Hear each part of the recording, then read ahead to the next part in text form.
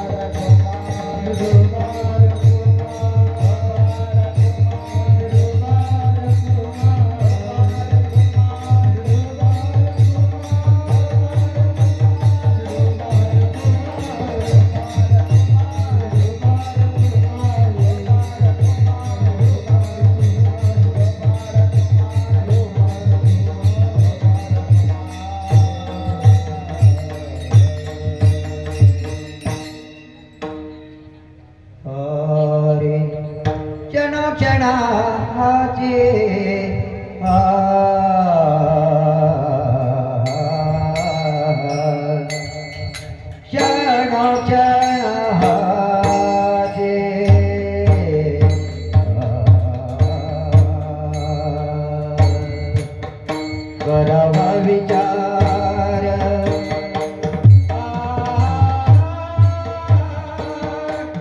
क्षण क्षणाचे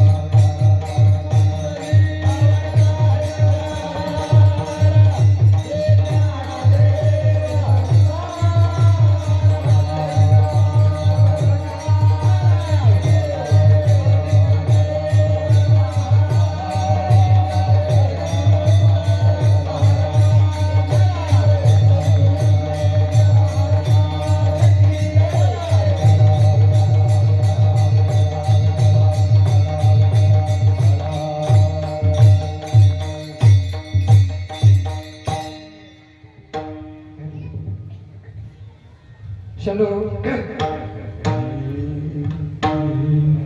क्षणोक्षणाची करावा विचार तरावया पार सिंधू नाशिवंत देह जाणार शिकणे आयुष्य खातो काळ सावधान संत समागमे धरावी आवडी करावी तातडी परमार्थाची नाशिवंत देह जाणार सकळ आयुष्य खातो काळ सावधान तुका म्हणे यह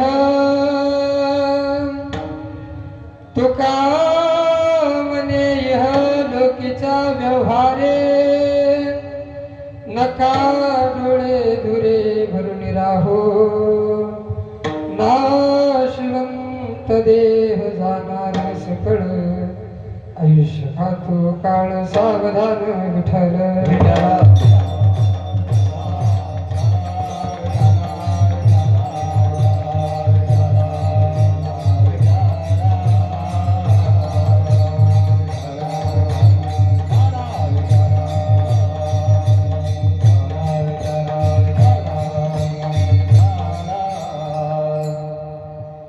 समजरण सरोजं सांद्र नीलांबुदाभं जगन्येत पालुमण्डलं मण्डनानां तरुण तुलसीमाला कंदरं कंजनेत्रं सदैधवलहासं विठ्ठलं चिन्तयामि पांडुरंगाकारे प्रथम नामाना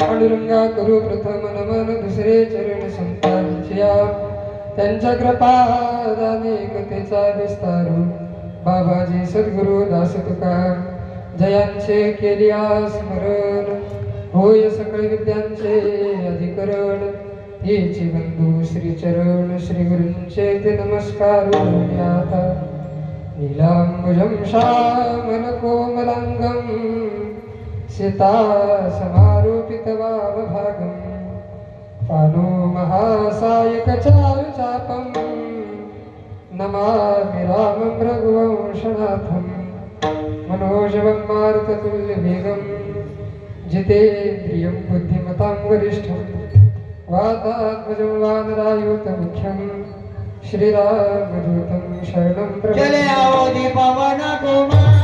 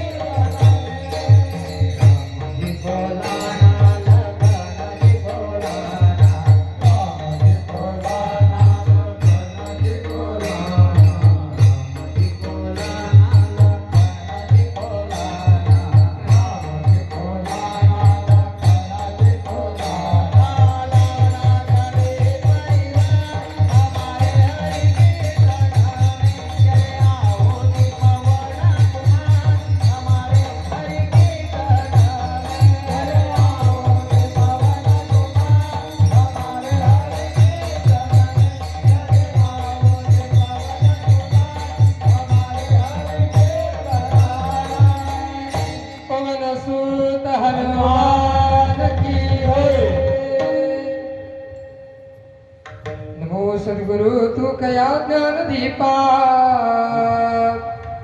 नमो सद्गुरु सच्चिदानंद रूपा नमो सद्गुरु भक्त कल्याण मूर्ती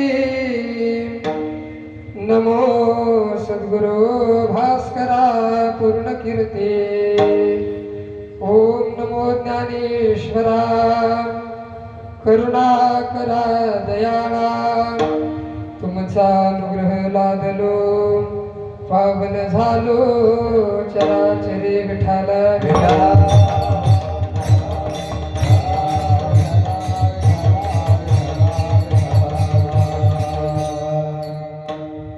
क्षणाची करावा विचार तरावया पार भव सिंधू नाशवंत देह जाणार सकळ आयुष्य खातो काळ सावधान प्रस्तुत कीर्तन रूपी सेवेकरिता निवडलेला अभंग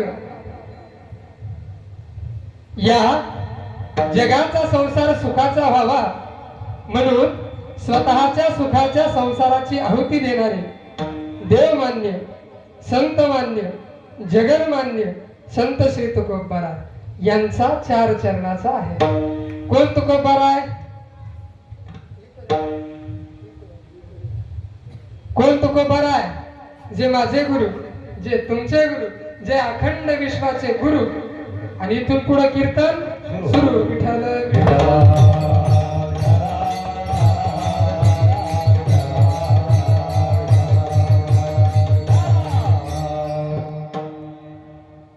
कीर्तन सेवेला सुरुवात करण्यापूर्वी थोडासा परिहार द्यायचा तो म्हणजे असा.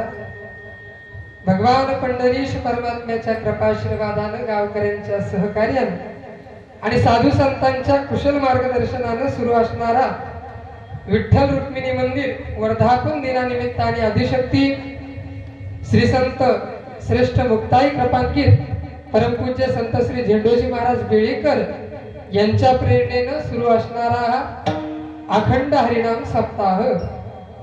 सप्ताहाचा आजचा 5वा दिवस आणि 5व्या दिवसाची कीर्तन सेवा. आजची 5व्या दिवसाची कीर्तन सेवा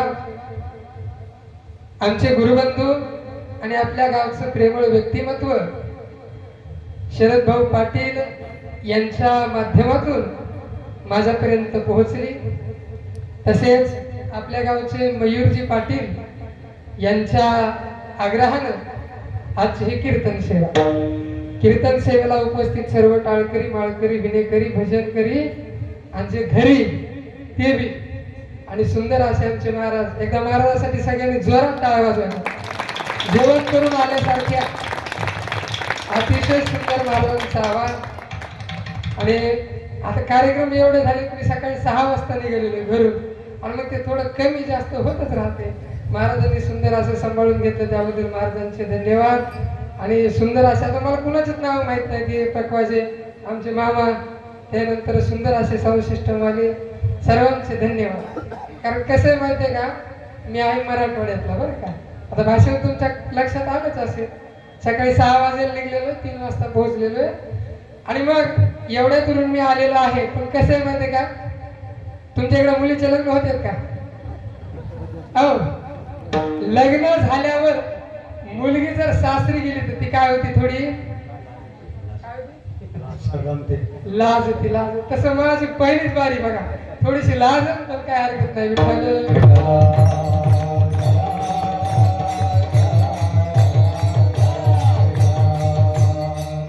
आणि आज ज्यांची पंगत होती असे आमचे अनिल भोजूजी पाटील सुंदर असे मामा. पण त्यांची पंगत त्यांच्या काही कारणास्तव स्थगित करण्यात आली. मामा आले माझ्याकडे आले, महाराज काय चाललंय काही नाही. मामांचे देखील धन्यवाद. आणि आजच्या अन्नदाते भास्कर सुखराम सपकाळे अतिशय सुंदर पंगत मामांनी केली. मामांचे देखील धन्यवाद. आणि कीर्तनाला सुरुवात. विठ्ठल विठ्ठल.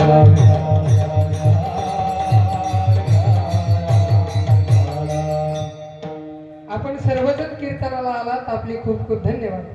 परंतु कीर्तन ऐकत असताना कीर्तन ऐकण्याचे काही नियम असतात. माहित आहेत का तुम्हाला? माहित आहेत का? बरं जाऊ दे, नसू द्या. मी सांगतो. मी कशाला बोललो एवढ्या लांबून. कीर्तन ऐकण्याचा पहिला नियम कीर्तनात ज्या ज्या वेळी मी विठ्ठल विठ्ठल असं भजन करेन तेव्हा हातानं टाळी आणि मुखानं नामचिंतन करायचं. कीर्तन ऐकण्याचा दुसरा नियम, कीर्तनात नेहमी ताट बसायचं बरं का. असं कुबळ काढून तंगडे पसरून तंगड्यात तंगडे घालून खेटर घालून बसायचं. बऱ्याच जण अशी हातापाय चूल करतात. असं तुम्ही जर का अशी चूल केली तर मला लई चहाची तलप आहे. खालून जाळावर पातेलं ठेवून चहा उकळून दे. काय हो आपण कुठं आलो आणि काय आपल्याला गांभीर्य आहे का? एवढ्या सुंदर मातीत आपला जन्म झाला. पवित्र ते कुळ पावन तो देश तेथे हरिचे दास जन्मा गे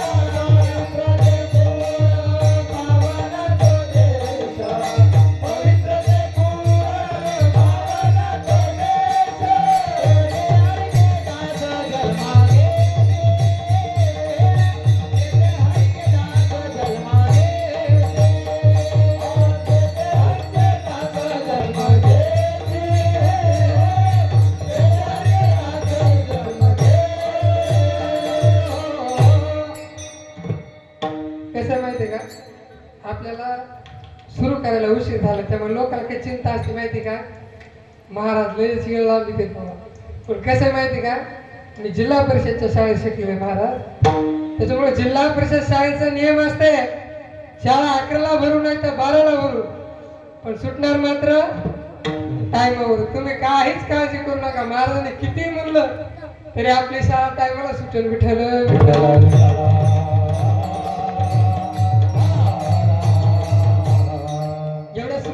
जन्माला आलं, जी माती संतांच्या पदस्पर्शाने पावन झाली, जी माती वीरांच्या रक्ताने पवित्र झाली, जी माती शिवरायांच्या कष्टानं घामानं आणि विचारानं पावन झाली, याच माती छत्रपती शिवाजी महाराजांनी शिकवल्या. अरे एक वेळ पोटाची खळगी नाही भरली तरी पण चालेल, एक वेळ पोटाची खळगी नाही भरली तरी पण चालेल, पण पाठीचा काना मात्र ताठच असला पाहिजे. म्हणून कीर्तनात कुबड काढून बसायचं नाही. कीर्तन ऐकण्याचा तिसरा नियम बर का, कीर्तन ऐकताना चेहऱ्याने मी हसरा असला पाहिजे, टवटवीत असला पाहिजे, प्रफुल्लित असला पाहिजे, अगदी अगदी नुकत्याच उमगलेल्या कमळाच्या पाकळीसारखा असला पाहिजे. आणि जर काय तुम्ही सूर्यफुलासारख्या माना टाकल्या तर मला कीर्तन करता येणार.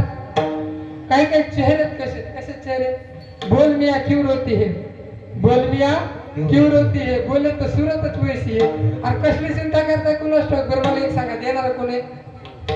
पटपट सांगायचं, घरी जाईल मी पटपट सांगायचं. देणारा कोण आहे? तुम्हाला दिलं नाही द्यावं काय? पटकन म्हणा ना मग. देणारा कोण आहे? देव आहे. घेणारे कोण आहे? आपण. कसली चिंता करताय? तुम्हाला चिंता करायची गरज, तुम्हाला काळजी करायची गरज, तुम्हाला टेन्शन घ्यायची गरज, सांगितलेलं ऐकायची गरज नाही. म्हणते काय न. आणि खरं सांगू का, ही दुनिया खऱ्याची नाहीच. ही दुनिया कशाची? लबाडाची आहे. महाराजांनी जे करायला सांगितलं ते करणार नाही, जे नाही करायला सांगितलं ते केल्याशिवाय राहणार नाही. खाऊ नये ते पिणार, पिऊ नये ते पिणार, खाऊ नये ते खाणार. मी एकाला विचारलं, म्हणलं दादा तुम्ही दारू का पिता? आता रस्त्याने दिसलेल्या परिस्थितीनुसार सांगायला काय. म्हणलं दादा तुम्ही दारू का पिता? दारू पिणं फार वाईट आहे. दारू गांजा मत पियो यारो, अकल गुंग हो जाती है, अपने पदर का राम खर्च कर मुंह में माटी जाती है. दारू पिणं फार वाईट आहे. दारू का पिता? ते मला महाराज आपल्या जीवनात खूप टेन्शन आहे. म्हणलं बर बर, कोण म्हणलं दारू पिल्यानं टेन्शन जाते? दारू तुमच्या ब्रेनवर अटॅक करते. मग आधी काय झाले आणि पुन्हा काय होणार आहे? हे नशापर्यंत विस्मरण होतं. नशा उतरल्यानंतर टेन्शन हजर होतं का नाही? पण ते माझ्या पुढचं होतं. मला महाराज त्याच्यामुळे उठून भेट नाही. काय कमाल झाली. अहो जीवनात अशी नशा का करता जी कधी ना कधी उतरेल. जीवनात अशी नशा करा जी कधीच उतरणार नाही. जाम पर जाम पीने से क्या फायदा, जाम पर जाम पीने से क्या फायदा, सुबह पियो तो आधी रात में उतर जाएगी, प्याला पियो हरि नाम का पूरी जिंदगी सुधर जाएगी. हरिनाम नावाचा प्याला प्या, तुमचं जीवन सुधरून जाईल. आणि तू भाकरी खाऊन आला नाही का? जरा वाजवायचं तर खना खना वाजवायचं, नाही तर वाजवायचं वाजवा आता जोरात. काय चालू होतं? कीर्तन. हो. आणि मग त्याच्यामुळे देणारा देव आपल्याला चिंता करायची गरज नाही. एक एवढं रेल्वे स्टेशनवर रेल्वेच्या पटरी झोपलेलं होतं. सगळे लोक त्याच्या भोवती जमा झाले. त्याला म्हणजे उठर मरशील तेव्हा आपल्याला काय होत नसते. महाराज लोकांना लय जोर, कुठे बी जाणार नाही. मी गेलो म्हणलं शान असेल त्यावेळी विचारा काय झालं काय नाही. जवळ गेलो म्हणलं काय बाबा काय झालं, काय असा पटरी झोपला? ते म्हणला काही नाही महाराज. म्हणलं मग? ते म्हणला आताच आपल्या डोक्यावर हेलिकॉप्टर गेला, आपल्या केसाला धक्का लागला नाही. रेल्वे अंगम जाईल याचं भान होतं का? नाही ना राहत. एक एवढं इमारतीच्या 3ऱ्या मजल्यावर खाली पडलं. सगळे लोक त्याच्या भोवती जमा झाले. त्याला म्हणले काय बाबा काय झालं? ते म्हणलं आपल्याला काय माहित नाही, मी आताच वरून खाली आलो. तू वरून खाली आलाय का पडलाय असं तरी भान राहतंय का? नाही ना राहत. एक एवढं चालता चालता का गटारात पडलं बरं का. आणि मग गटारात पडल्यावर वर येता येता का कुत्रीचं शिपूट त्याच्या हाताला आलं आणि त्या कुत्रीलाच म्हणतोय पप्प्याची मान. केव्हापासून येणे घालायला सुरुवात केली? पप्प्याची मान आहे का? अरे ती कुत्रीने याच तरी भान ठेव. तुम्ही म्हणतात महाराजांनी कीर्तन दिलं सोडून तिसरं सांगायले. आजकाल कीर्तनात ह्याची सुद्धा फार गरज आहे. कारण तुम्ही रस्त्याला बघा माळकरी दिसत सगळे पेथाडच आहेत, म्हणून हे सांगावं लागतंय विठ्ठल.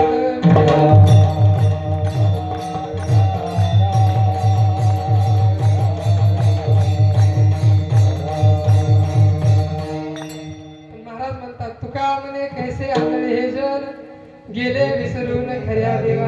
मग लोक तरी नीट आहेत का म्हणले? लोक नीट नाहीत, खऱ्या देवाला लोक विसरले म्हणले. आणि हे लोक सुद्धा काय करतात? लोक ऐकतात का? नाहीत ना ऐकत. तुकाराम महाराजांनी सांगितलं लोक ऐकत नाहीत म्हणले. त्यांचं एक प्रमाण सुद्धा आहे, आता ते आठवलं सांगतो. लोक ऐकत नाहीत म्हणले. आता महाराज म्हणले नका करू ते संसार भटकीचे. आता ते फार मोठा शब्द आहे. महाराजांनी उच्चारला पण आपला तो अधिकार नाही. त्यांची वाणी तेवढी मोठी होती. आपल्याला काय म्हणले ते भटकीचे. आता महाराजाला अर्थ विचारा त्याचा काय होती तू, मग तुम्हाला कळत. तुकाराम महाराज म्हणाले हे लोक ऐकत नाहीत. महाराज म्हणले नका करू ते संसार. लोक ऐकत आहेत का? ऐकत आहेत का महाराज? नाही. म्हणून मी जरा उलट सांगतो. बायका करा तसं केल्याच असत्या, मला पण अजून एक दोन करा. कशामुळं? बरं मला एक गोष्ट सांगा. श्रीकृष्णाला किती बायका होत्या? 16,100. रावणाला 80,000 बायका. 1,00,000 पोरं. 1,25,000. आखी लोकसंख्या किती झाली? 3,05,000. रावण जर निवडणुकीला उभा राहिला असं पडला असता का? पडला असता का? एकटंच मतदान एवढं होतं, कसं पडेल? 80,000 बायका होत्या. 80,000. पण एका सुद्धा बायकोची टाप नव्हती. पदर खाली पडून द्यायची. हो पदर मावशी नका घेऊ, लगेच चांगल्या घ्यायला लगेच लाभ तुमच्या गावचे. राहू द्या आता जल्दी घेतले. 80,000 बायका होत्या पण एकेची सुद्धा टाप नव्हती. पदर खाली पडून द्यायची. पदर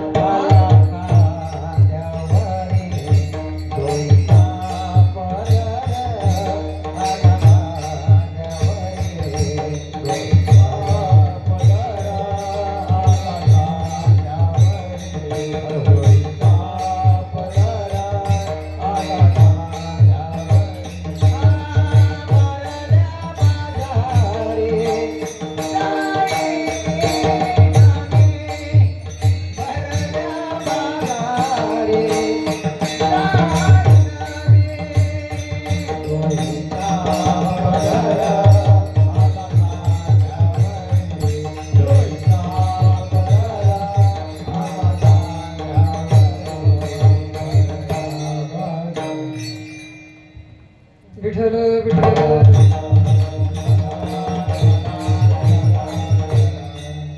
हा विषय चालू होता पदर खाली पडून द्यायचे बरं का. मी एका गावाला गेलो. एक जण माझ्याकडे आला म्हणला रामेश्वर महाराज. म्हणलं का बाबा? ते म्हणला इथून पुढच्या पिढीला आईच्या पदराची माया नाही मिळणार. मी म्हणलं का रे बाबा? काय भूकंप बिकंप होणार असलाच सांग. आताच मयूर महाराजाला भेटून येतो, पुन्हा जाणं व्हायचं नाही. इकडं मेलो फिलो भूकंपात. ते मला नाही मिळणार महाराज. म्हणलं का रे? ते म्हणलं आजकालच्या आयाच काय झाल्या, जीन्सची पॅन्ट तिचं शर्ट पदर राहिला का? नाही ना. पदरच राहिला नाही तर पदराची माया कुठून येणार आहे बघा बरं, त्या आजीकडे कशा लखलखीत दिसतात. आणि मग पहिल्या माया बघा असं कपाळ भरून कुंकू लावायचं महाराज. आणि त्यांना विचारलं ना मोठं कुंकू का लावतात, सुंदर उत्तर द्यायच्या, मोठं कुंकू लावलेलं नवऱ्याचं आयुष्य वाढतं. पण आता कुंकू राहिलं का? कुंकावाल्या गेल्या आता टिकलीवाल्या आल्या, आणि बाथरूम मधल्या भिंती साऱ्या सुवासिनी झाल्या. बाथरूम मध्ये कुठं आहे चिटकी काय राहिलं कुंकू? नाही राहिलं महाराज. आणि तुम्हाला सांगतो जेवढा जुन्या माणसाला भेटण्यात आनंद आहे तेवढ्याला आत्ताच्या नाही. आम्ही घरी आलो आणि सगळ्यात जास्त मला तुमच्या गावात आल्यानंतर भेटल्यानंतर कुणाला आनंद झाला असेल तर शरद भाऊच्या आईला ज्यावेळेस मी भेटलो खूप आनंद झाला. ज्या वेळेस म्हातारी माणसं जवळकत तवरकच हा आनंद आहे, पुन्हा हा आनंद मिळणार नाही ना. ही पिढी एकदा गेली की पुन्हा असं प्रेम मिळणार नाही. कारण आत्ताची पिढीच ही वाया गेल्या जमा. विठ्ठल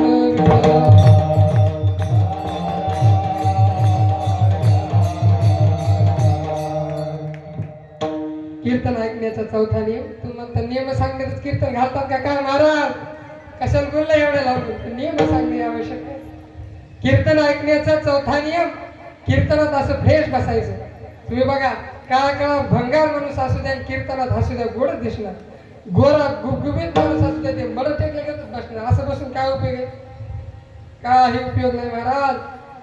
म्हणून तुम्ही बघा काळा काळा भंगार माणूस असू द्या आणि कीर्तनात हसू द्या, त्याच्यासारखा मन मोकळ्यापणाचा माणूस दुसरा नाही. आणि जो गालातल्या गालात हसला त्याच्यासारखा खवट शंकरा सुद्धा दुसरा नाही.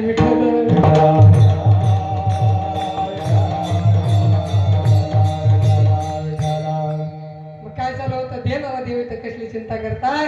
महाराज म्हणतात नको खेद करू, नका खेद करू कोणत्या गोष्टीचा, पती लक्ष्मीचा झालं तसे. ही सगळी कुणाची सत्ता आहे? त्याची सत्ता आहे. म्या बोलविल्या वेद बोले, म्या चालविल्या सूर्य चाले, म्या हलविल्या प्राण हाले, जो जगाते चालविता तुझी सत्ते.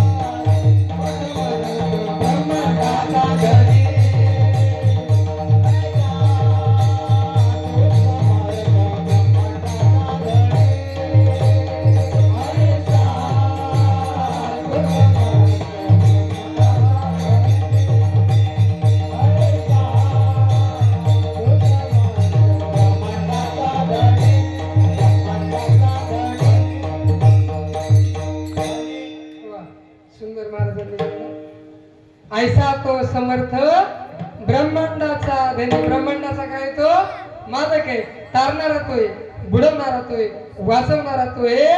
कारण तारणे वाला हे भगवान, बचाने वाला हे भगवान. जलतल गगन आकाश पवन पर केवल उसकी सत्ता, प्रभु इच्छा के बिना आपण हिल सके कोई पत्ता. जो तो ठरवेल तेच. आपण किती म्हणलं हे माझं ते माझं ते माझं ते, काहीच नाही तुमचं. आणि माणसाला एवढा गर्व आहे कशाचा? माणसं सहज म्हणतात अरे 25 एकर जमीन आहे, फुकायची काय? काय करायची 25 एकर? बरं मला एक सांगा, तुम्ही जन्माच्या आधी नव्हती का? होती ना. आणि तुमचे वडील होते तेव्हा, आजोबा होते तेव्हा, आता तुम्ही मेल्या राहणार आहे म्हणतात तरी सुद्धा काय नाही महाराज. हे सगळे इथंच राहणार आहे तरी सुद्धा माणसाचा हा सुटत नाही. महाराज म्हणाले तुका म्हणे कैसे आंधळे हे जग, गेले विसरून खऱ्या देवा. खऱ्या देवाला माणसं विसरून गेले. देवानं माझं एकच ऐकावं. काय? देव जर म्हणला तुला काय मागायचं, माणसाला काय मागा काही कळत नाही. देव जर म्हणला ना तुला काय मागायचंय तुम्ही म्हणून देवा पावसाचं खातं तेवढं माझ्याकडे देऊ टाक. कसं आहे ना थोडाफार पाऊस कमीच आहे ना, हाय का नाही? अशी मजा करीन अशी मजा करीन अशी मजा करीन. महाराष्ट्रात जे माळकरी त्यांच्याच वावरात पाऊस, जे माळकरी नाहीत त्याच्या वावरात वगुळ सुद्धा नाही. वगुळ वगुळ कळतो का? हो, थेंब सुद्धा नाही थेंब. आणि जे टाळ करायला टाळ कुठे म्हणते सत्याला कटकट म्हणते, त्याला असा आडरावतच घातला, असा झोडपिणार काळ निर्णयच करणार. आणि मग पुन्हा विचारणार आता कसं वाटतंय. तुम्ही म्हणता असं कसं काय? अहो माणसाचं तसंच आहे, माणसाला जे करायला पाहिजे ते माणसानं केलं नाही आणि जे नाही करायला पाहिजे ते मात्र करत बसलो. क्या किया क्या किया क्या किया रे तूने जीवन गवा दिया, क्या किया रे जिसे पाना था उसको तो खो दिया, जिसे पाना था उसको तो खो दिया रे. अमृत छोड़ा पीता है शराब तुम, हरि नाम में मुँह में दिया रे. क्या किया रे तूने जीवन गवा दिया, क्या किया रे जिसे पाना था उसको तो खो दिया,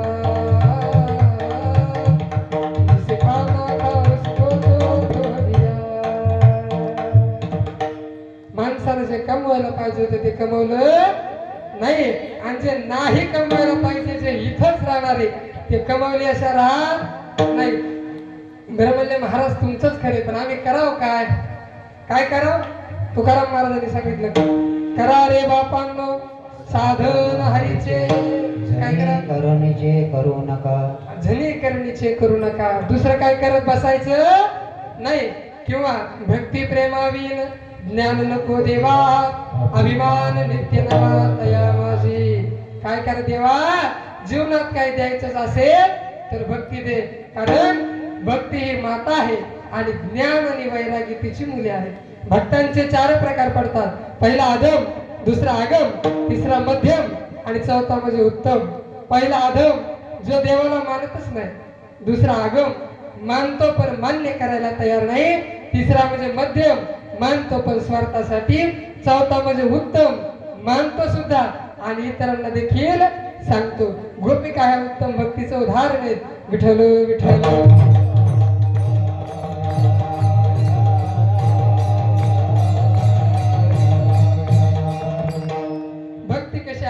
थोडक्यात एका दृष्टांताच्या माध्यमातून सांगतो.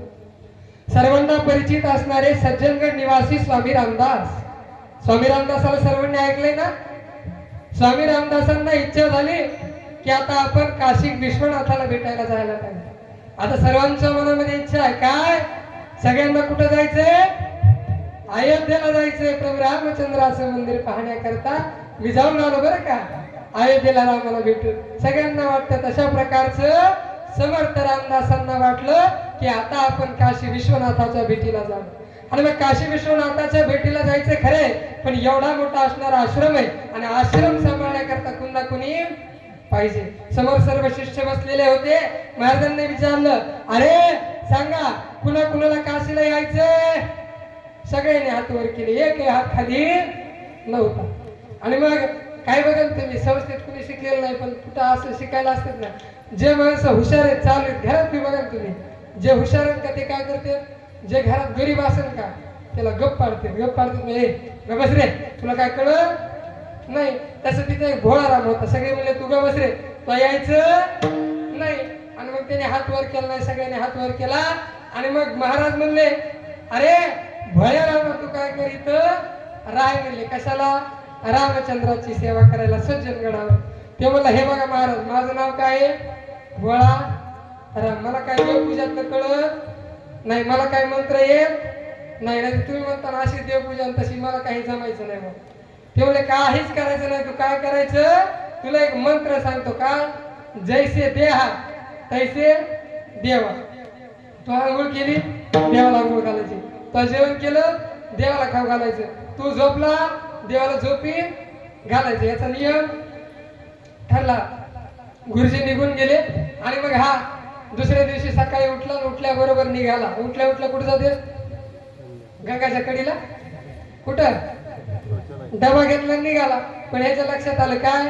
गुरुजीने काय सांगितलं? जैसे देहा तैसे देवा. 3 डबके भरून ठेवले. कुणासमोर? देवासमोर. म्हणला देवा जाऊन ये म्हणला. हा जाऊन आल्याच्या नंतर आंघोळ केली आणि पुन्हा वापस आला. बघतो काय डबे तसे. ते म्हणला जाऊ दे, देवाकडे काय दुसरी व्यवस्था असली. डबे उचलले बाजूला फेकले. आंघोळ केली, देवाला बी आंघोळ घातली आणि मग देवाला आंघोळ घातल्याच्या नंतर याला भिक्षा मागून आणली. देवाला वाढलं. म्हणला देवा जेवा ना. आता देव काय असं जेवतो का? नाही. कुणाच्या हाताने खाल्लं देवानं? फक्त नामदेवाच्या. त्याच्यानंतर कुणाच्या खाल्लं नाही. आणि मग हा देवा म्हणला देवा जेवा ना. देव एक नाही 2 नाही. ते म्हणला देवाचा काय उपास आहे का काय? ह्याच्या लक्षात येईन ना. आणि मग 2दा झालं, 3दा झालं, 4थ्यांदा झालं. आणि म्हणला देवा तुम्ही जर खाल्लं तर बरं आहे, नाही तर तुमच्या समोर धडकच घे. देव म्हणला तू धडक घेतल्याशिवाय मी खा नाही ना. कारण नैवेद्य जेवेला नामियाचा. पण कधी? धडक घेतल्यावर. तशा प्रकारच्या या भोळ्या रामाने धडक घेतली आणि धडक घेतल्याबरोबर प्रभू रामचंद्राने दोन्ही हाताला धरलं आणि मग रामचंद्राने जेवण केलं. तर पहिल्या दिवशी ठीक होतं आणि मग दुसऱ्या दिवशी ह्याला आला कटाळा. कटाळा कळतो का? आळस. याला आळस आला आणि म्हणला देवा कसं आहे ना, देव गाई गुराव 4 माणसं खाऊ घालायचे. हे काय मला पटलं बाबा आहे का नाही? म्हणलं हे 4 जण का म्हणले तुम्ही? मग म्हणजे काय करायचं? म्हणजे काही नाही. या लक्ष्मणाला तुम्ही काय करा? म्हणजे लाकडा नाही पडला. बरं म्हणजे ठरलं. म्हणजे हनुमंत म्हणले आग लावण्यात लई पटायत. कुणाची आग लावली? रावणाची. लंका जाऊन टाकली ना. आग लावण्यात पटायत. म्हणले याला काय करा? तिकडे आगीकडे पाठवू नका, तिकडे कंदमुळं फळाला पाठवू. आणि मग तिसरं काम म्हणजे 2 झाले. तिसरी ते म्हणलं स्वयंपाकी नका का? कोण? सीतामाता. आणि मग सीतामातेला सांगितलं हिला स्वयंपाक करायला लावायचा. म्हणजे चला ठरलं. आणि मग दुसऱ्या दिवशीपासून सुरू झालं. या दोघांनी सामग्री गोळा करायची, सीतामाईने स्वयंपाक करायचा आणि या दोघांना बसून खायचा. 2-4 दिवस निघून गेले आणि निघून गेल्याच्या नंतर तिकडे सापडलं ताक. तुमच्याकडे असतंय का ताक? असतंय का?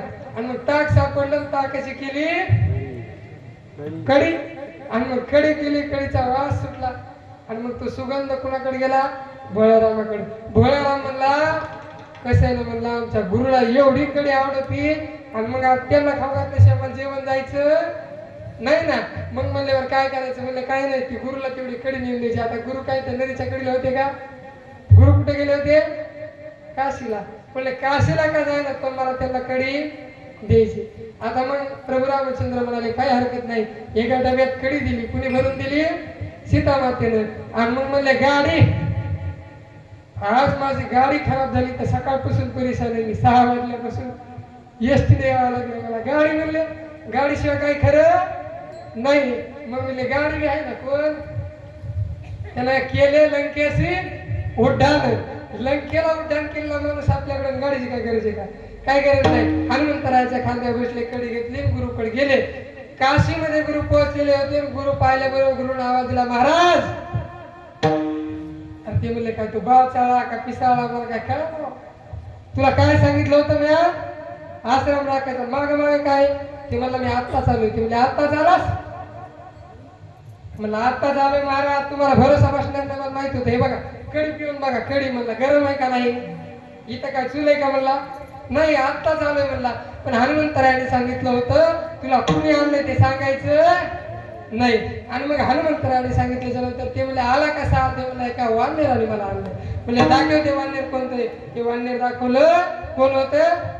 हनुमंतराय. आणि मग हनुमंतरायाचं दर्शन घेतलं आणि मग 2 जण 2 खांदे बसले आणि कुठे गेले? आश्रमात. आणि आश्रमात प्रभू रामचंद्राचं दर्शन झालं. कुणामुळं? शिष्यामुळं. आणि म्हणून भक्ती असा होतं कशा असा? भोळ्या रामासारखी विठ्ठल.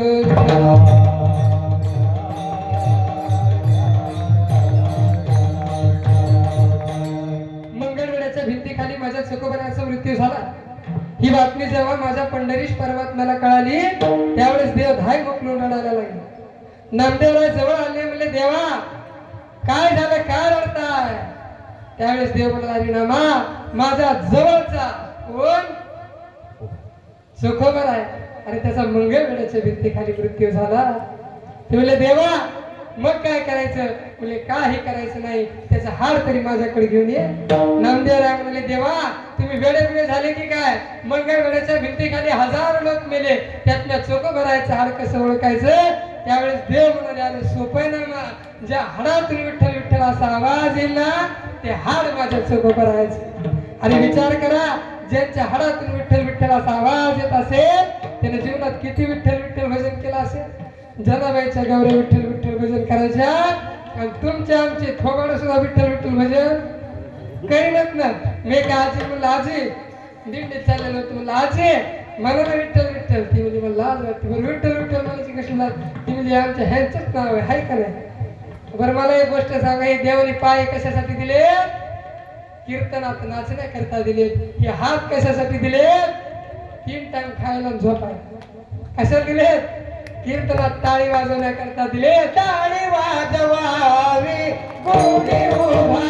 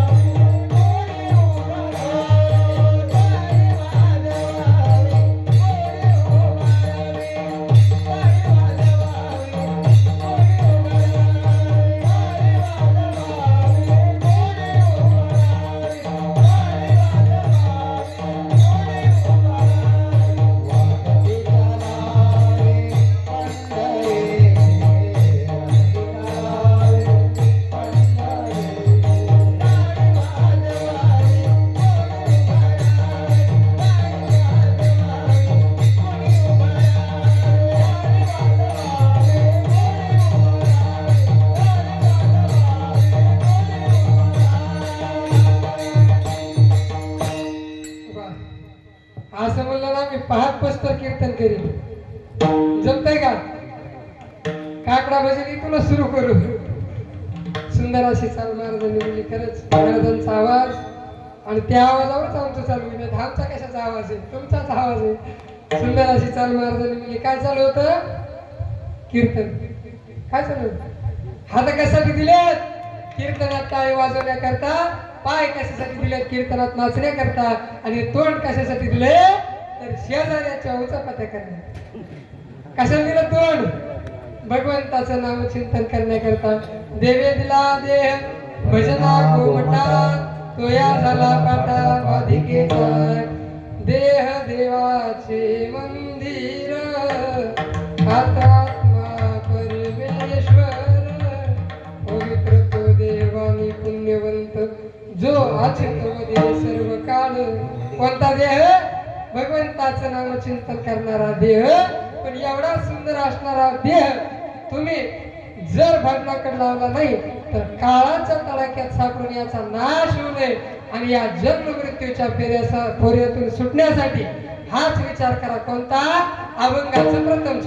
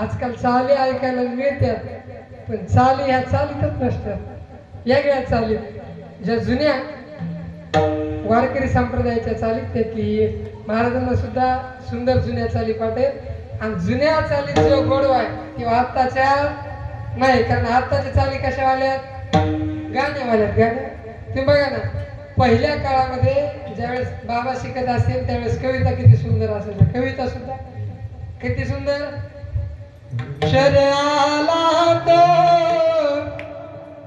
धावून याला काळ विवळला श्रावण बाळ मम आई गे मम मम माता रे आई बाप तानेले तरुणाले असरी बसले त्यांची कावड घेवनी काशीला चाललो तीर्थयात्रेला. किती ऐकायला चांगलं वाटतंय ना वा वा बघा बघा अनाया निर्मळ पाणी निघालो या वदनी. तो परत फिरे तो माझा शरणाया. या पुरात तुम्ही बसला. ऐकायला सुद्धा किती गोड वाटते आणि खरंच जर म्हणणारा चांगला असला आणि ऐकणारा जर भाविक असला तर मला सरळ होते. आता मी सांगणारच एवढा भाविक नाही तुमच्याकडून काय अपेक्षा करा आणि मग असं सुंदर पहिल्या प्रकारचं चाली गवळणी आणि गाणी असायची कविता असायच्या आता असल्या कविता आहेत का आता कसल्या कविता आहेत पप्पा माझ्या मम्मीचे आणि मम्मी माझ्या पप्पाची लेकर काय कविता झाल्या का काय लिहायला छान वाटतंय आपल्याला किती चांगली कविता बरं शहराला आणि खरंच ज्या वेळेस मला रिकामी वेळ असेल हीच कविता मी ऐकत असतो सुंदर मनाला भाव देणारी भावन पावन करणारी कविता काय चालू होतं कीर्तन काय चालू होतं क्षणोक्षणाची करावा विचार तरावया पार भवसिंधू महाराज म्हणतात 3 टप्पे महाराजांनी सांगितले काही गोष्टीचा विचार माणसाने कधीच करू नये काही गोष्टीचा विचार माणसाने एकदा केला पुन्हा करू नये आणि काही गोष्टीचा विचार मात्र माणसाने सतत करावा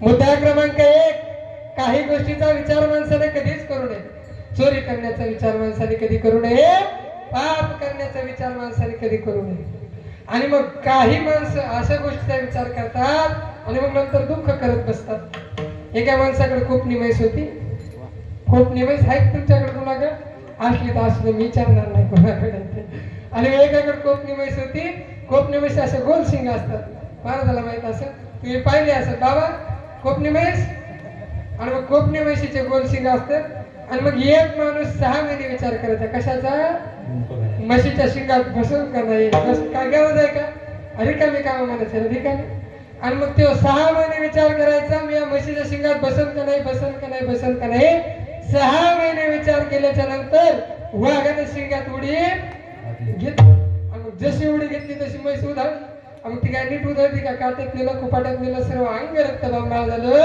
त्या बाबासारखे 2-4 होते शाने सुर त्यांनी पाहिलं म्हशीला धरलं त्याला शिंगातून बाहेर काढलं आणि त्याला म्हणले पागल फिगलेस का काय अरे या म्हशीच्या शिंगात घुसण्यात थोडाफार विचार करायचा ते मला गा बसा कस का गा बसा ते मला 6 महिने झाला विचार करतोय मला एक गोष्ट सांगा 6 महिने विचार करून काय भोगावं लागलं दुःख भोगावं लागलं म्हणून काही गोष्टीचा विचार माणसाने कधीच करू नये काही गोष्टीचा विचार माणसाने एकदा केला पुन्हा करू कोणत्या बरं आजकाल असं झालं महाराज आम्ही आता रोज एक गाव फिरतो आता पोरे काय म्हणतो महाराज आम्हाला बी बघा ना मला आमच्याच व्हायला तुम्हाला कुठं काय लग्नाचं आणि मग लग्न आता एकच व्हायला तर 2चा काय प्रश्न आहे का नाही तरी पण महाराज म्हणाले काय दुसरी न करावी बाईल बंड फजिती होईल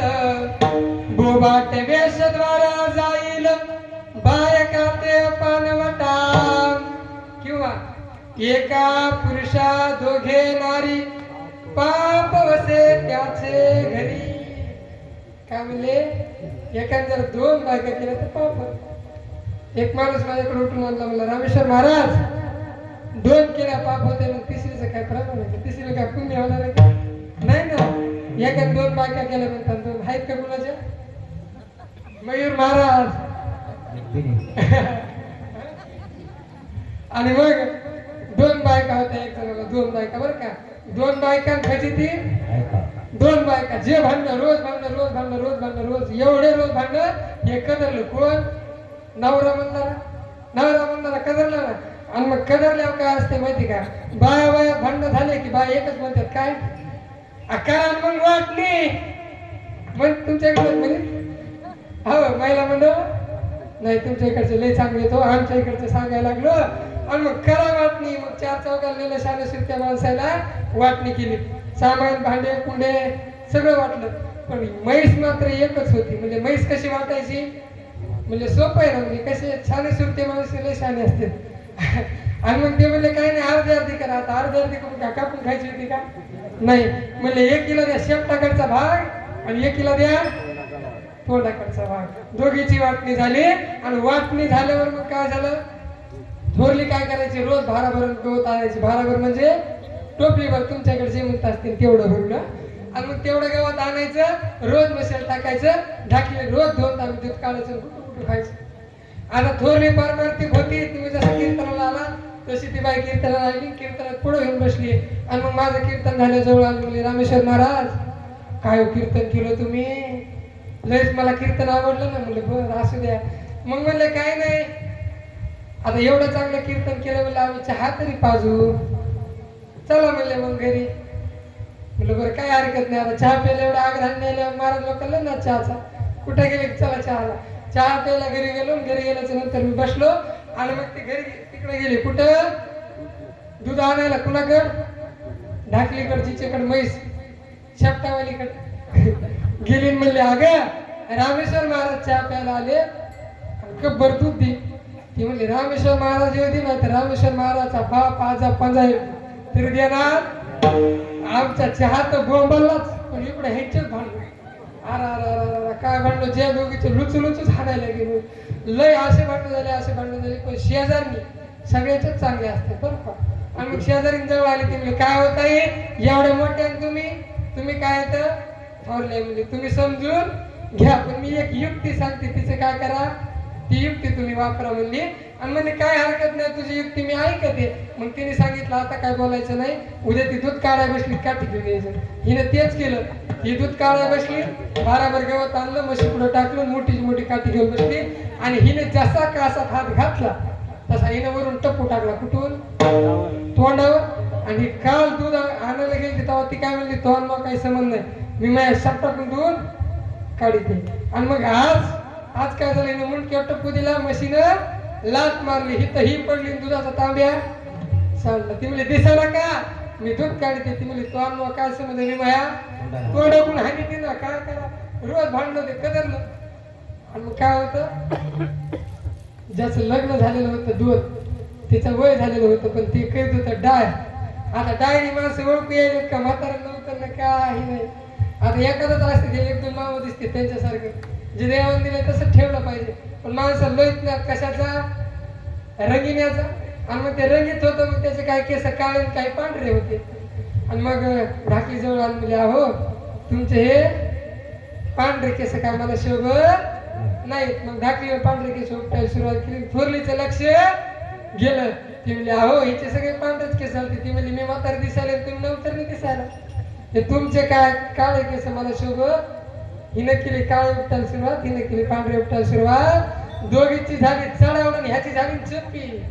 म्हणून महाराज म्हणले दुसरी न करावी बाईल, भंड फजिती होईल, बोबाट वेशद्वारा जाईल, बायका ते पानवटा.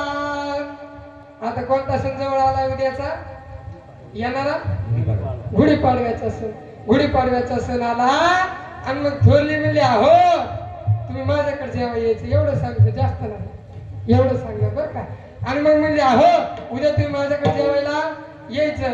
आणि मग असं म्हणल्याच्या नंतर थोडं धाकली काय म्हणली तुम्ही त्यांच्याकडे जेवायला जायचं, अजिबात जायचं नाही. कुणाकडे जेवायचं? मग ते म्हणलं भांडू काय नका, जिचा आधी स्वयंपाक होणार तिच्याकडे जेवायला जाणार. थोरली जरा परमार्थिक होती, ज्या आरती कीर्तनाला आलती त्या आरती परमार्थिक होती. पहाटे लवकर उठले, हरिपाठ मध्ये स्वयंपाक केला. सकाळच्या 8 वाजता मालकाला आवाज दिले, म्हणजे मालक चला कुठे जेवायला चला. आता हे दुसऱ्या म्हटल्यावर हात होते बरं का महाराज. आणि मग जेवायला चला म्हणलं, 2-4 पायऱ्या वर चढलं आणि इतक्या धाकली पाहिलं. धाकली म्हणली हे बघा हे काय वर गेलं तर खाली यायचं नाही. ती म्हणली माझा बी स्वयंपाक झाला. आता वरची म्हणली हे जर खाली गेलं तर वर यायचं. वरच्या आता माझी शेंडी जाते बांधलं मग काय दिसत तुम्हाला. आणि मग त्याला होती लांबलचक शेंडी. जी थोरली होती तिने धरली शेंडी आणि जी धाकली होती तिने धरली तंगडी. दोघीची झाली वडाताल. शिडी दिली निष्ठून आणि मध्येच लटकलं. शेजारचा रामरावाला म्हणले का हो शामराव घोडी नाही का उभा केली? ते मला दिसत का 3.5 हाताची घोडी उभी आहे म्हणून दुसरीने करावी बाईल बंड फजिती होईल भोबाट वेशद्वारा जाईल बायका ते पानवटा विठ्ठल विठ्ठल.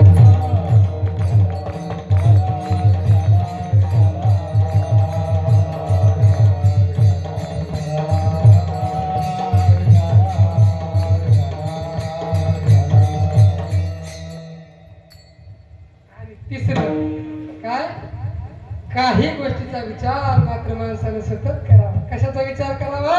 मी मेल्यावर मोठं पोरग जास्त वाटून घेते का बारका घेते याचा विचार करायचा. हो का मी गेल्या मागच्याचं कसं होईल याचा विचार करायचा नाही. क्षणाची करावा विचार. कशाचा? तरावया पार भवसिंधू. या भवसिंधूतून पार जाण्यासाठी हाच विचार करा. कोणता अभंगाचा प्रथम चरणात महाराजांनी सांगितलेला आहे. कारण आया है सो जाएगा, आया है सो जाएगा. राजा रंक फकीर एक सिंहासन चढ़ गया एक बांध गया जंजीर. कारण जिंदगी एक किराए का घर है एक ना एक दिन बदलना पड़ेगा. मौत जब तुझको आवाज देगी घर से बाहर निकलना पड़ेगा. ज्या वेळेस आवाज येईल आवाज कशाचा? चला माणसं जेवता जेवता मरायले, गाडी बसल्या बसल्या मरायले, गाडीत बसल्या बसल्या मरायले. किती अवघड झाले. माणसाचं काय खरंय का? काही खरं नाही. पण हा जो देह आणलेला आहे तो देह कसा आणलेला म्हणले? हा देह आणला पाचाचा भरणार शेकी ज्याचा त्याला देणे लागे. ज्याचा आणलं त्याला द्यावं लागतं. महाराज दृष्टांत देतो महिला मंडळासाठी तुमच्यासाठी. तू म्हणता आमच्यासाठी का? तू हे 2 तुमच्यासाठीच होते ना आधीचे 2-3 बस झाले. महिला मंडळासाठी एक दृष्टांत आहे. हा दे आणला पाचाचा उसणा आणि शेकी ज्याचा त्याला देणे लागेल. एखाद्याकडून एखादी वस्तू आणल्यानंतर ती वापस करावी लागते. आणि मग एकीच्या भाषेचं लग्न होतं. तुमच्याकडे भाषेचं लग्न होते का? एकीच्या भाषेचं लग्न होतं. आपण लग्नात घालायला दागिने नव्हते. महिला मंडळाला काही नसलं तरी जमते पण महाराज दागिने पाहिजे तर दागिन्याशिवाय धकतच नाही म्हणले. आणि मग शेजारणीकडे गेले. शेजार म्हणले अहो मावशी सोमवारी माझ्या भाषेचं लग्न आहे, रविवारी मी इथून निघन, सोमवारी लग्न लावेन आणि मंगळवारी वापस येईन. बरं म्हणले कावा काय ना पण काम काय? ती म्हणले भाषेच्या लग्नात घालायला माझ्या काय दागिने नाहीत म्हणले. तुम्ही तुमचे दागिने मला उष्णे द्या. आता ती बाई म्हणली हे बघा माझा नवरा किती हलकट तुम्हाला चांगलं माहित नाही. किंवा 2 दिवसासाठी गावाला गेला पण कधी येऊन टपकन सांगता येत नाही. त्या बाईने दागिने दिले. घरी गेली. घरी गेल्याच्या नंतर कपाटात दागिने ठेवले. इतक्या दाराची कडी वाजली. कोण? चोर नाही. जिने दागिने दिली चोर लवकर येते.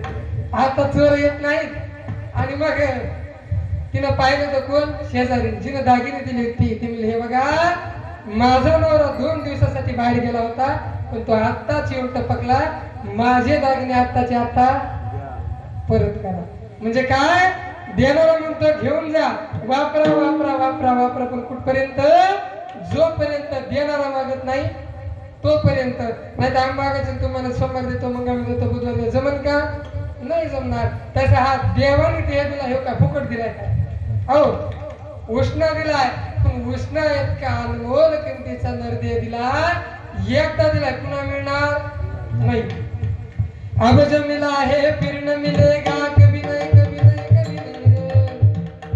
यही लगता कुछ मोल रे, मिट्टी में ना घोल रे. अब जो मिला है फिर न मिलेगा, कभी नहीं कभी नहीं कभी नहीं रे. अरे महाराज पुन्हा मिळणार नाही, काय करायचं? तू संत संग में आया कर, ध्यान प्रभु के लगाया कर.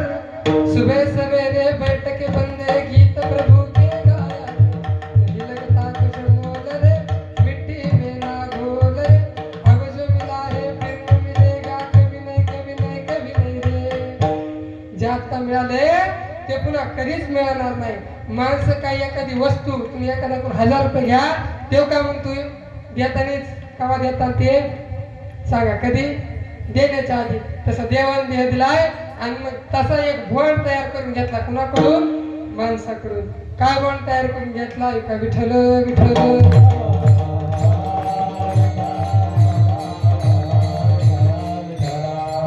काही अटी भगवंताने घालून दिल्या. काय? 8 नंबर 1, आम्ही तुम्हाला देह देऊ, मागण्याकरता जेव्हा येऊ तेव्हा घेऊनच जाऊ. 8 नंबर 2, आम्ही तुम्हाला देह देऊ, मागण्याकरता जेव्हा येऊ तेव्हा तुम्ही म्हणाल माझ्या बदल्यात बाबाला घेऊन जा, चालणार नाही. 8 नंबर 3, आम्ही तुम्हाला देह देऊ, मागण्याकरता जेव्हा येऊ तेव्हा तुम्ही म्हणाल सध्या माझ्या पोराचं लग्न आहे. अहो तुमच्या पोराचं लग्न जरी असलं आणि लग्नाच्या शेवटच्या अक्षता जरी तुम्ही टाकत असले तर आम्ही येऊ आणि तुम्हालाच घेऊन जाऊ. 8 नंबर 4, आम्ही तुम्हाला देह देऊ, मागण्याकरता जेव्हा येऊ तेव्हा तुम्ही म्हणाल सध्या मी ग्रामपंचायतचा सदस्य आहे. तुमच्या गावचं नाही, आमच्या गावचं. तुम्ही ग्रामपंचायतचे सदस्य जरी असले आणि पंतप्रधान जरी असले तरी आम्ही येऊ आणि तुम्हालाच घेऊन जाऊ. या अटी जर मान्य असतील तर सही करा, अन्यथा पुढच्या दरवाजानं बाहेर निघा. विठ्ठल विठ्ठल.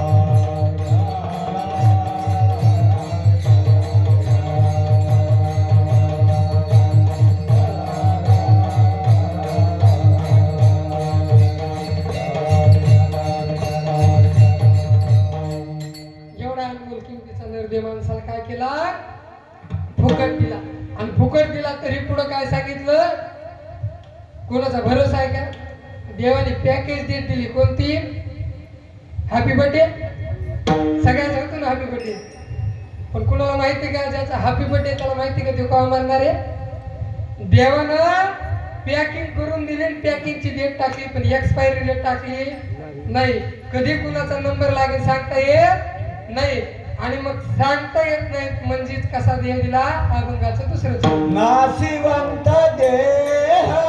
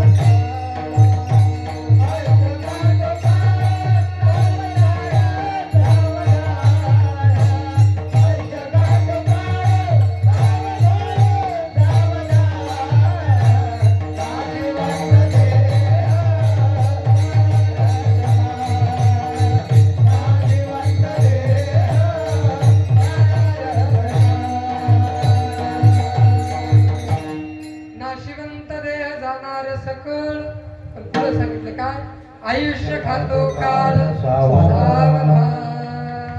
काय झालं? एका स्मशानभूमीवर सुंदर असं वाक्य लिहिलेलं होतं बरं का. मंजिल तो तेरी यही थी. आवडलं तर खाऊन आल्यासारख्या टाळ्या वाजवा, नाही तर वाजू नका बरं का. मंजिल तो तेरी यही थी, गुजर गया तेरा वक्त यहाँ आते आते. मंजिल तो तेरी यही थी, गुजर गया वक्त तेरा यहाँ आते आते. अरे क्या मिला तुझे इस दुनिया में, अपनों ने ही जलाया तुझे जाते जाते. अहो वाजवा ना डक्क जाऊ नका महाराजाला. महाराज काय करीत नसते तर तुम्ही चाललेले असते तर. आणि मग सुंदर वाक्य होतं की आपण मेल्यानंतर आपल्या घरचे आपल्याला काय करतात, ठेवतात का? नाही ना ठेवत. काय करतात? स्वाहा. कधी मेलं की मेल्या माणसाचं नाव राहतं का? नाही राहत. मेलं काय म्हणतात? बॉडी कुठं खाली माणसाचं नाव घेतात का? मेला की विषय संपला.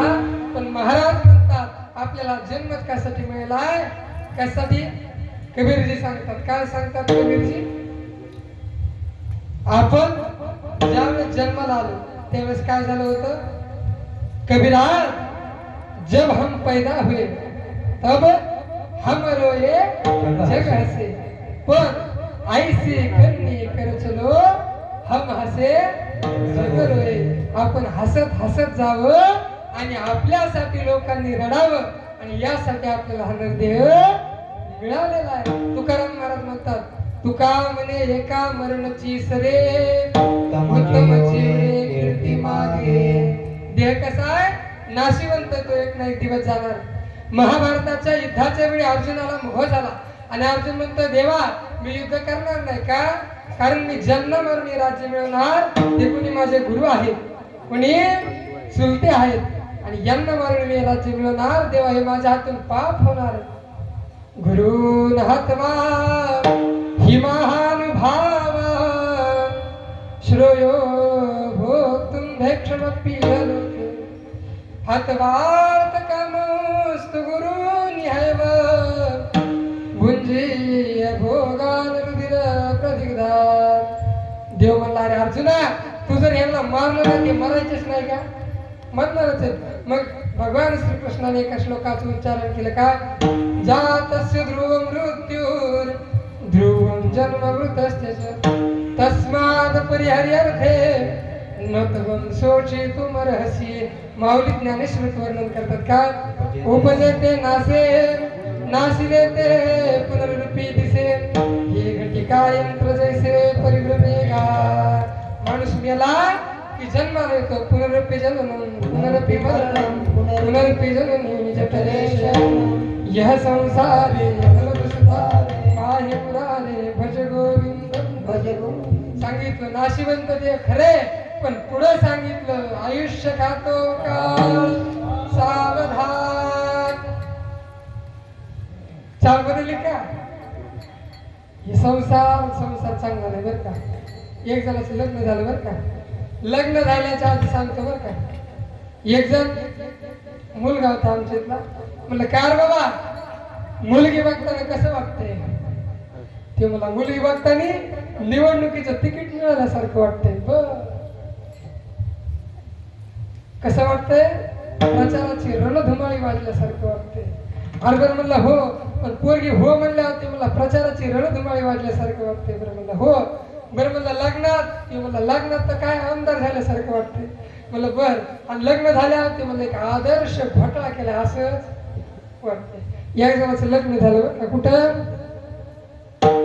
तुरखेड्यात का कुठं? स्वप्नात लग्न झालं. मला स्वप्नात बरं का. स्वप्नात लग्न झालं. नवरदेव नवरी समोरासमोर उभे राहिले आणि ब्राह्मण काकाने मंगलाष्टक म्हणायला सुरुवात केले. आणि मग ब्राह्मण काका म्हणजे मुहूर्त होऊन चाललाय, पावणे 10 वाजले. पटकन चटकन उरका म्हणजे जास्त टाइम लावू नका म्हणजे बरं का. स्वस्ती श्री गणनायकं गजमुखं मोरेश्वरं सिद्धिदं बल्हाळो मुरुडविनायकमहं विघ्नेश्वरं ओझलं ग्रामोरा जनसंस्थिते गणपती देवं प्रणमाम्यहं सूर्यासर्वपुरुषं भवतु. रातभर मंगल असतात मी खऱ्याने सांगतो खऱ्याने.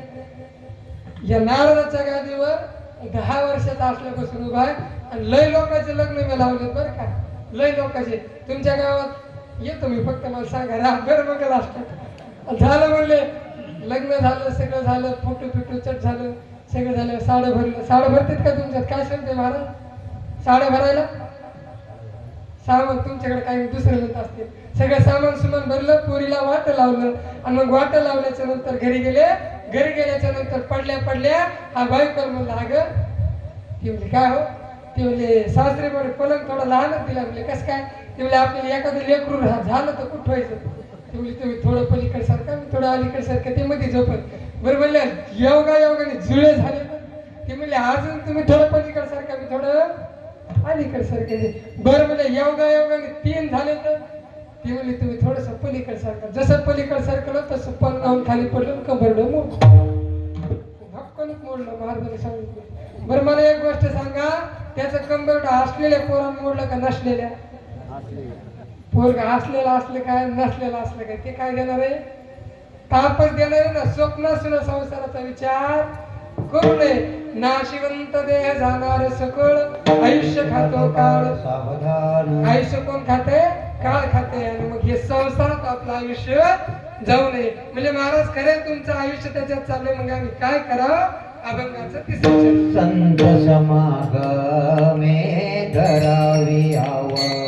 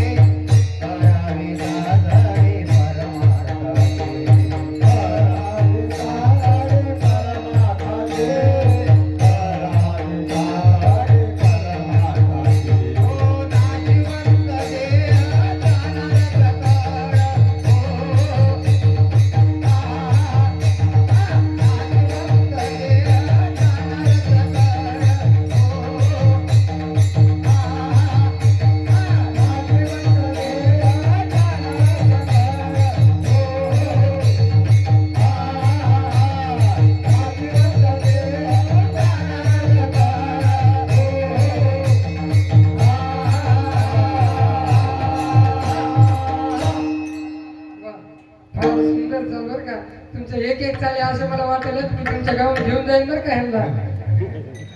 आता माझ्याकडे सुद्धा रामनवमीचा फार मोठा कार्यक्रम आहे. महाराज तिकडेच घेऊन जाईल आमच्या इकडे. सुंदर महाराजांचे खरंच आभार. घेऊन जा म्हणते बघा. असं असते बघा. म्हणून संतांची संगत माणसाने करावं. संत समागमे धरावी आवडी, करावी तातडी परमार्थाची. संतांच्या संगतीत माणसाने राहावं. पण माणूस हा संतांच्या संगतीत जात नाही तर जडाच्या संगतीत जातो. जडाच्या म्हणजे संसाराच्या संगतीत माणूस जातो. त्या देवाच्या संगतीत माणूस जात नाही.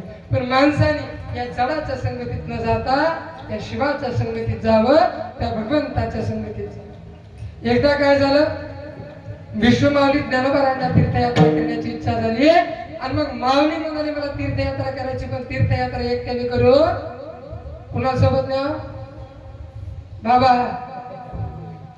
बायकोला म्हणाले का बाबा कुणाला का नाही ना तर कोणतरी सोबत असावं. माऊली म्हणाले तीर्थयात्रेला जायचं पण सोबत कोणतरी असावं. म्हणजे कुणाला न्यावं?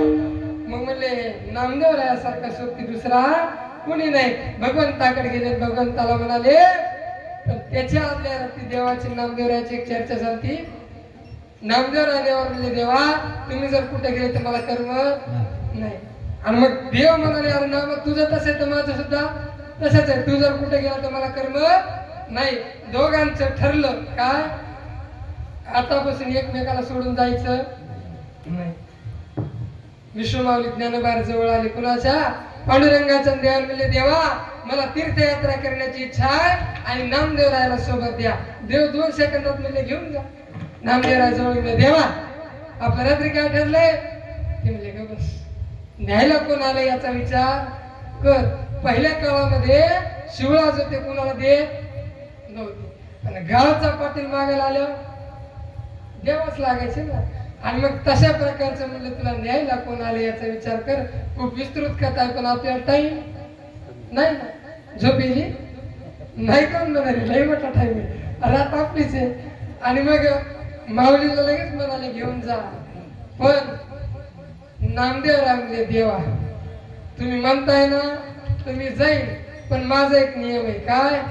कटेवरी कर नाही ज्या देवाचे नघे मी तयाचे दर्शन. सगळीकडे जाईल म्हणले. प्रत्येक तीर्थाला जाईल प्रत्येक देवाच्या समोर जाईल पण ज्या देवाचे कटेवर हात आणि विटेवर पाय नसतील त्या देवाच्या पायाने पडणार नाही. केवढे आनंद आहे बघा बरं.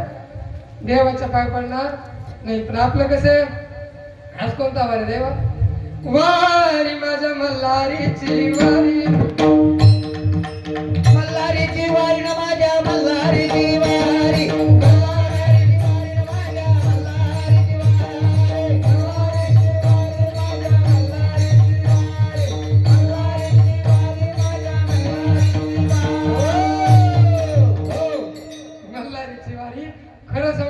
लय उशीर झाला नाही. तुम्ही रातभर मल्हारीची वारी म्हणते. मल्हारीची वारी बरं म्हणलं मल्हारीची वारी देवावर गेला. सोमवार आला की लगे श्री शिवाय त्यांना विचार इकडे पुढे काही माहित नाही. इकडे माग येतं माग. सोमवार आला की सकाळ सकाळ 1 लोटा जल आणि सब समस्या का आटच झाले. पुन्हा काय म्हणायची गरज आहे पुढं काही गरज नाही. आणि सोमवार गेला गेला मंगळवार आला मंगळवारी काय अनादि निर्गुणा प्रगटली भवानी. लगेच काय होते लय उशीर झाला भवानी. एका गावात मी कीर्तन करू लागलो आणि मला चारी मनाचा लय नाद आहे. महाराजासारखी जर साथीदार असली तर आपण चलू. मग असंच मी ह्यानी कशी वारी उचलली तशी यांनी उचलली ना अनादि निर्गुण. अनादि निर्गुण म्हणले मधूनच एक मावशी उठून हे सोडा म्हणलं मी तर पार पडद्याच्या मागत म्हणलं काय सोडा.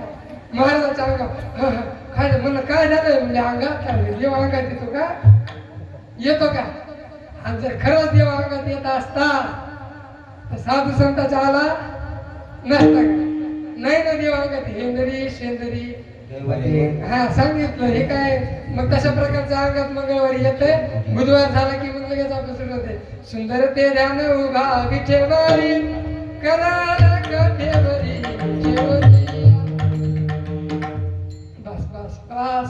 मंगळवार बुधवार गेला की गुरुवाराला जय हो गुरु महाराज. शुक्रवार आला की संतोषी माता लिंबू खायचं नाही चिचा खायच्या. तो संतोषी माता वरून खाली येते काय असं यांचा शुक्रवार गेला का नाही तो शनिवार.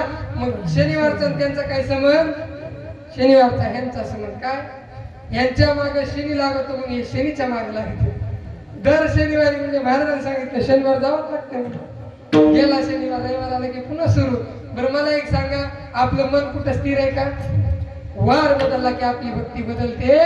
आपली भक्ती म्हणजे शेणातले शेणकिडे वळवळ वळवळ वळवळ कधी ह्याची ते कधी त्याची कधी त्याची ते कधी त्याची.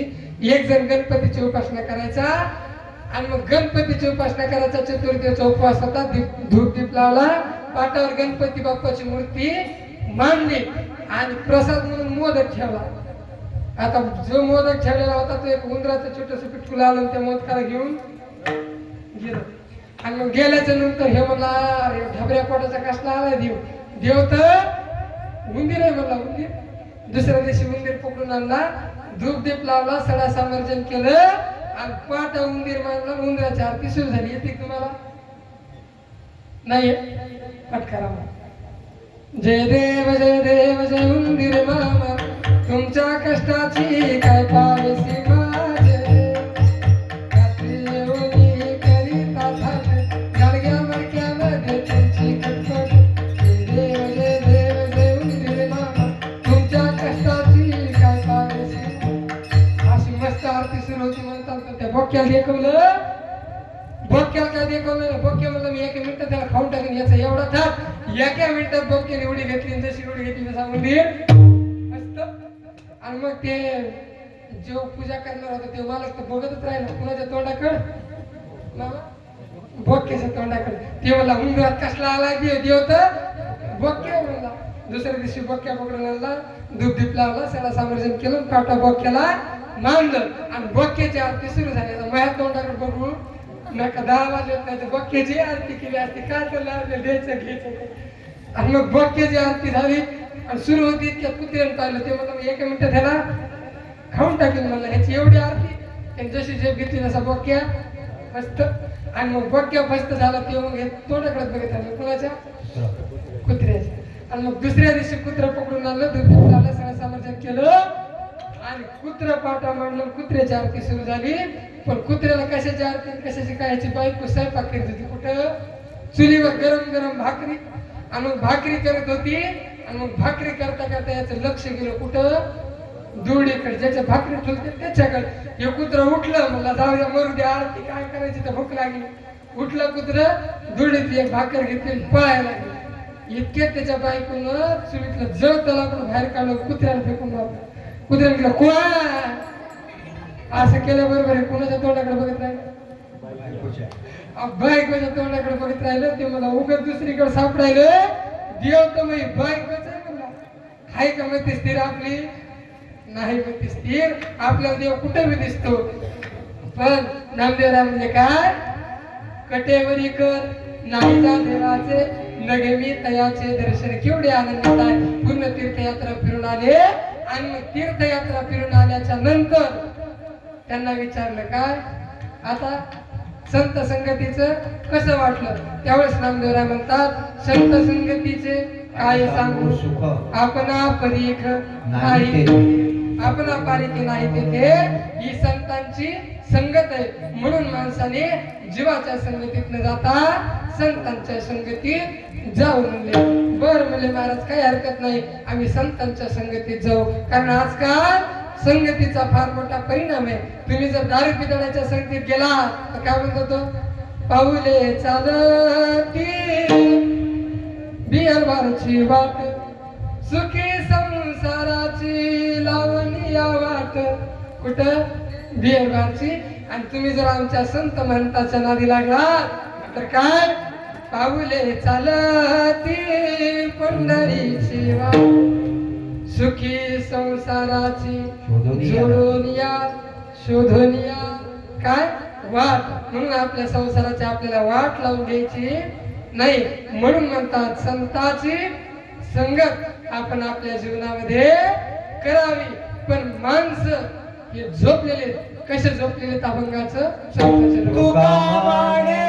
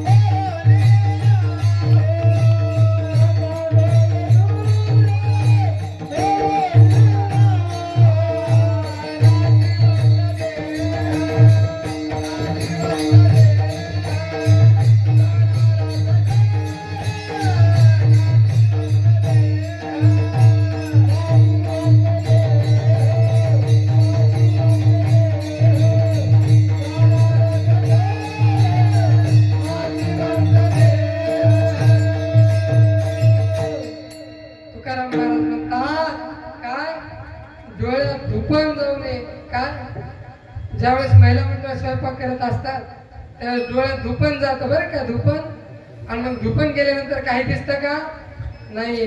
तशा प्रकारचे तुकाराम महाराज म्हणतात, नका डोळे धुरे धरुणी राहू, या जगाचा व्यवहार तुम्ही ओळखा आणि हे डोळ्यात धुपण गेल्यासारखं राहू नका. बरं महाराज म्हणले तुमचं ऐकलं, पण आम्ही काय करायचं? उद्या भगवंताचं नामचिंतन करायचं.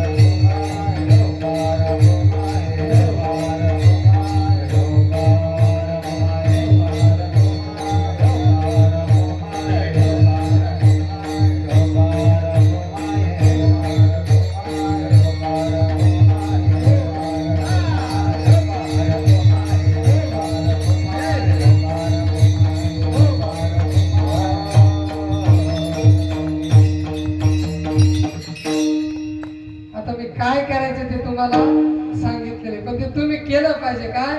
भगवंताचं नामचिंतन आपल्या जीवनामध्ये फार महत्वाचे बरं का. कारण त्या देवाने एवढा मोठा आयुष्य आपल्याला दिलं आणि आपल्या जीवनातले 2 शब्द आपण त्या देवाला देऊ शकत नाहीत का? देऊ शकतो ना, पण आपण देऊ शकत नाही का? या संसारामध्ये आपण अडकून बसलेलो आहेत. पण तुकाराम महाराज म्हणतात, या संसारातून तुम्ही थोडस बाजूला व्हा आणि त्या भगवंताचं नामचिंतन आपल्या आयुष्यामध्ये करा. माझा वेळ संपलेला आहे, तुम्ही काही काळजी करू नका. पण जाता जाता काही गोष्टी तुम्हाला सर्वांना सांगून जाईल.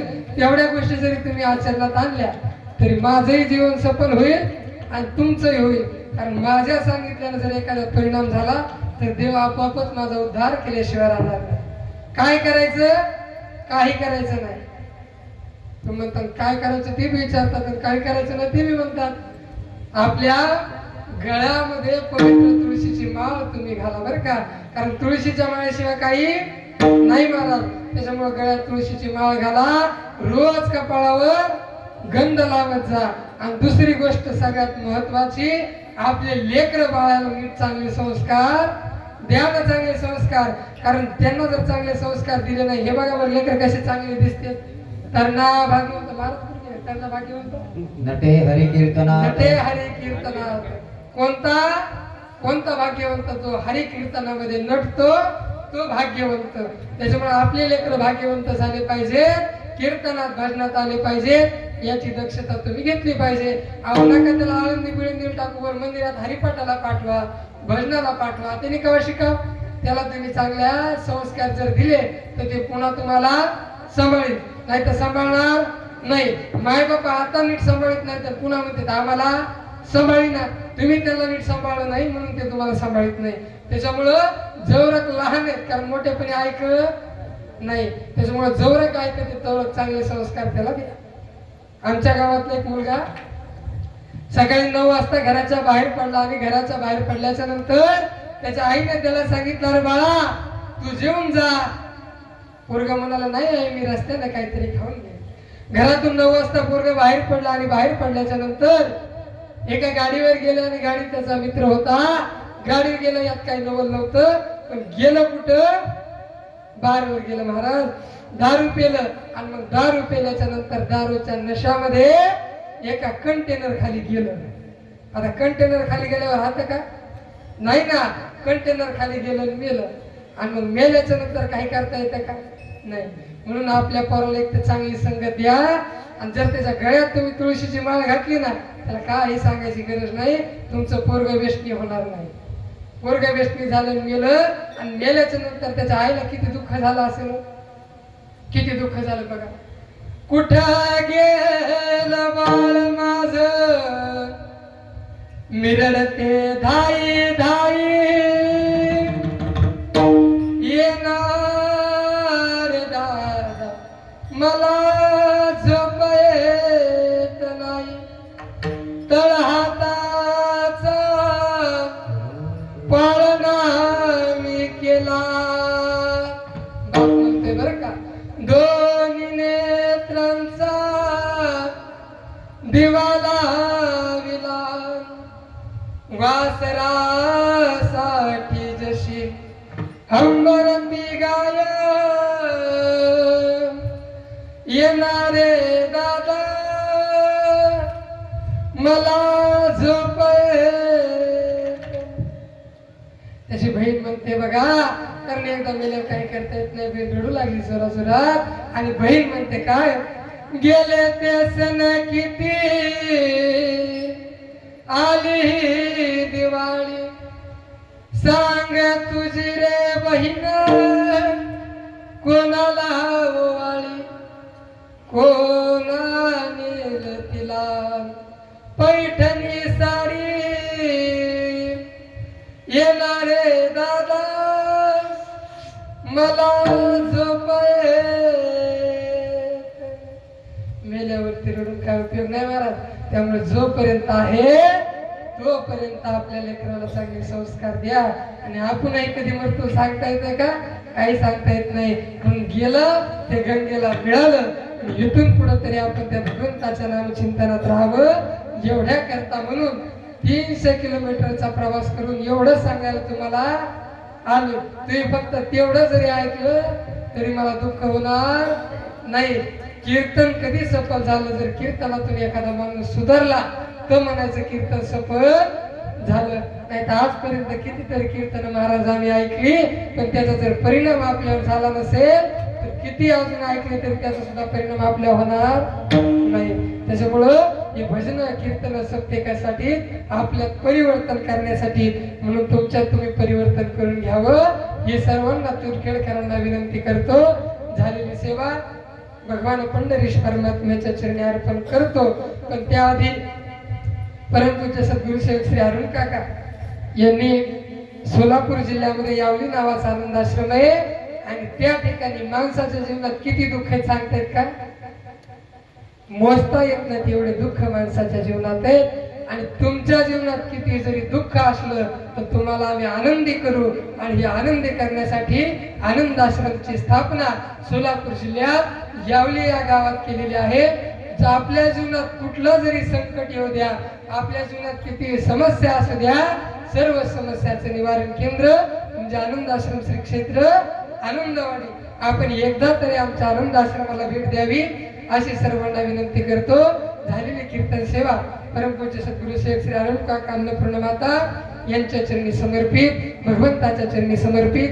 आजच्या कीर्तनाला आमचे शरदराव पाटील यांनी बोलवलं आणि मयूर महाराज पाटील यांनी सहकार्य केलं. याबद्दल आपले मनपूर्वक धन्यवाद. महाराजांच्या आवाजामुळे आजचं कीर्तन, मला काय कीर्तन करता येत नाही म्हणाले, 2 तासाला खासा बसला ना नाही म्हणाले. आणि सुंदर असे ज्यांची साथ लाभली. महाराज काय नाव आपलं? विष्णू महाराज, शालीन महाराज, पुंडलिक महाराज, साक्षात पुंडलिकाचे दास सोबत आमच्या दिलीप महाराज. आणि तुम्ही सुनील महाराज, आमचे चौकदार महाराज. आणि सगळ्यात जास्त आजचं कीर्तन मला इतक्या वेळ करावं असं वाटलं ते म्हणजे आमचे माईक सिस्टीम वाले दादा, त्यांच्यासाठी जोरात टाळ्या वाजवायला देखील खूप खूप धन्यवाद. कारण तुम्हाला सांगतो महाराज कसला असू द्या, सगळं कीर्तन माईक वाल्याच्या हातात असते. सुंदर अशी साथ त्यांनी दिली, कुठं चढ कुठं उतार, त्याबद्दल त्यांचे देखील धन्यवाद. आमचे काका सोबत आले, काकांचे देखील धन्यवाद. तुम्ही गावकरी सर्वजण कीर्तनाला तुमचे धन्यवाद. आणि झालेली कीर्तन सेवा भगवंताच्या चरणी समर्पित. ज्ञानेश्वर